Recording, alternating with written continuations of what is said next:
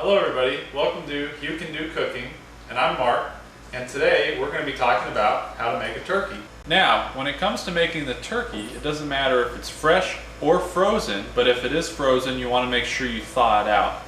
And then as you can see right here in the front is where you remove the gizzards. And you don't want to forget those because I did forget them one year and it wasn't pretty.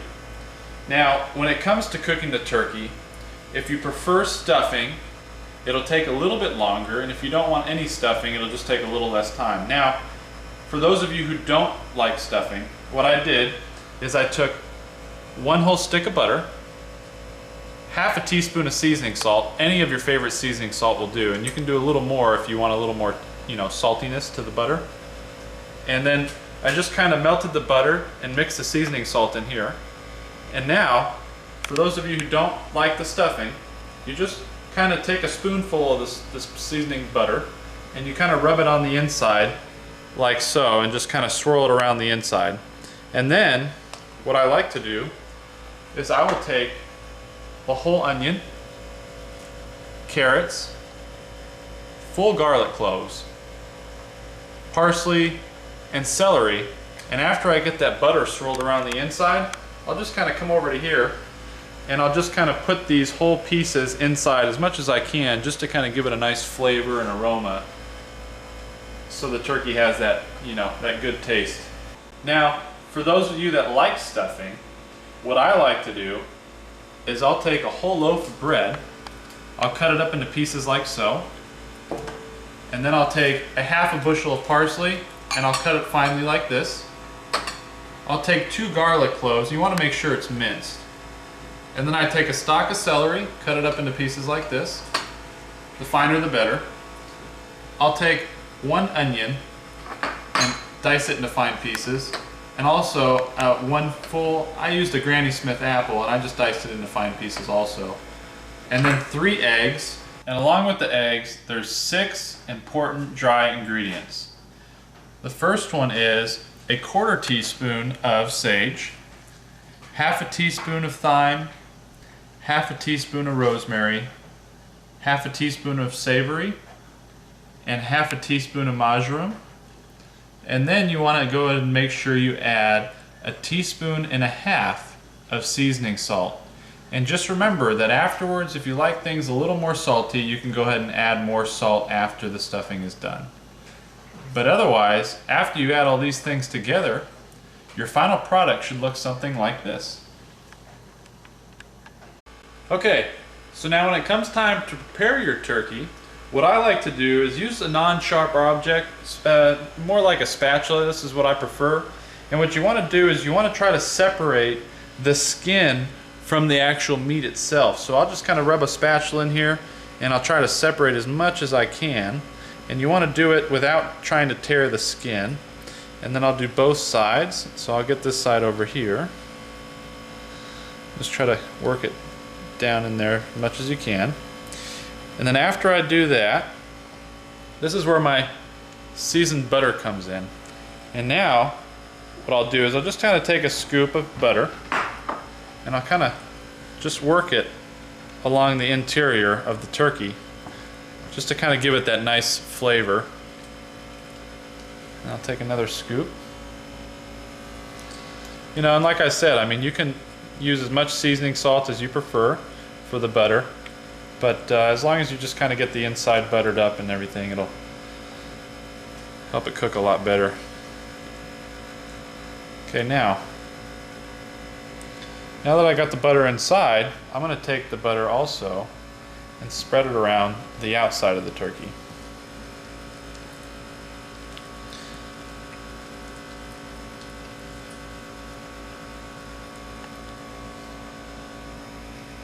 Just spread as much as you want on there, but I like to try to get it all over. Almost done.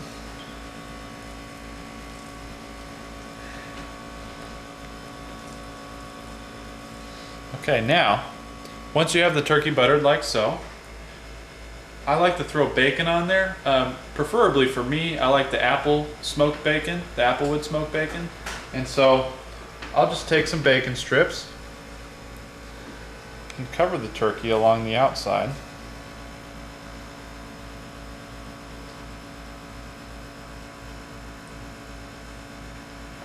And this gives it a really, really good flavor. And the bacon comes out perfect. It comes out crispy.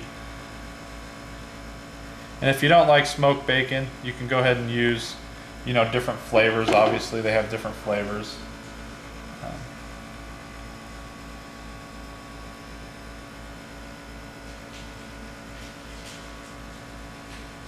You definitely cannot beat using bacon on here. And I try to cover it as much as possible, so I throw some here on the legs.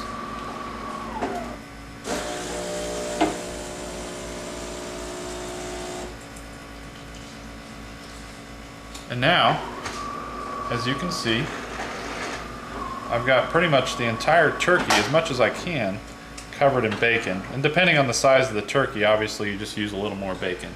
So, okay, now after you put as much bacon as you want, usually, I mean, you can use up to a package if you'd like, but I just try to cover it as much as possible. Then it's time for stuffing the turkey.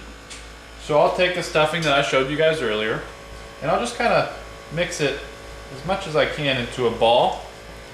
And then right here along the back side, just kind of lift it open and just kind of throw the stuffing in there and pack it as far back as I can so I can fit more. And you just keep packing stuffing back there. And you know, this will really, really turn out good. I mean, this smells real good.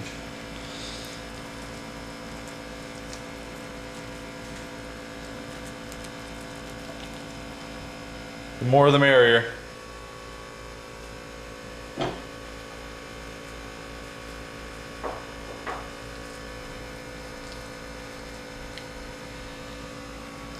Probably the last little bit that I'll be able to get in there. And so yeah, once you stuff your turkey, it'll just kind of look like the finished product before it goes in the oven. Will just look something like this. Okay, now when it comes time to cooking the turkey, I like to use these Reynolds oven bags. And with these bags, I mean, the turkey comes out juicy, tender, and it's self-based. I mean, you cannot beat it. Definitely use the Reynolds oven bag. So when I prepare the bag, I just kind of throw some flour in there, shake it around, and just kind of make sure that that's a way to make sure that the bag doesn't burst while the turkey's cooking. And then what you'll do is you'll take the turkey after you've already put the bacon and stuffing and everything in it, or without stuffing if you don't like stuffing, and you just kind of take it and put it in the bag.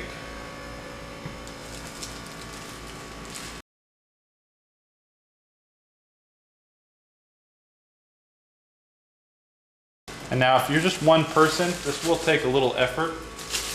So sometimes I recommend to people, if you're all by yourself, maybe putting it in the bag first and then preparing the turkey. But if you just work a little bit, you'll be able to do it by yourself. Now after you get your turkey in the bag, I just kind of twist the end of the bag to make sure it's closed properly, and so this way I can get the tie on the end. And then you just kind of put the tie on here, like so. And just try to get it as tight as you can. And that way it's sealed. So after you tie the bag, you get it real tight to make sure it's secure and no air is getting out. You're going to go ahead and just do one tiny slit on each side down here at the corner. Now most people like to put lots of slits at the top.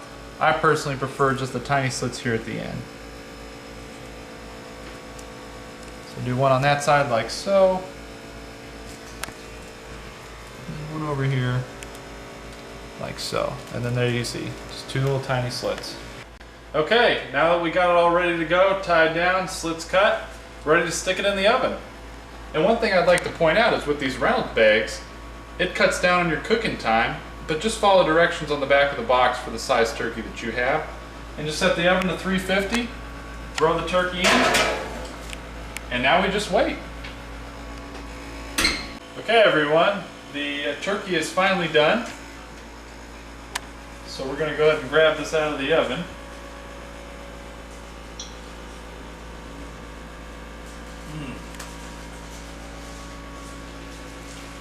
Take a look at that.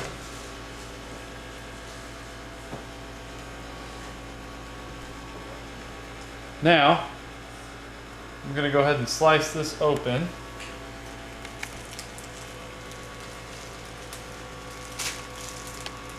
Let's let the steam out. It's going to be pretty hot, so watch yourself. So after we let the steam out a little bit, kind of pull it at the edges.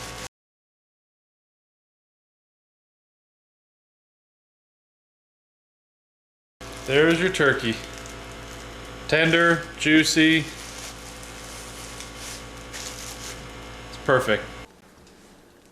Enjoy.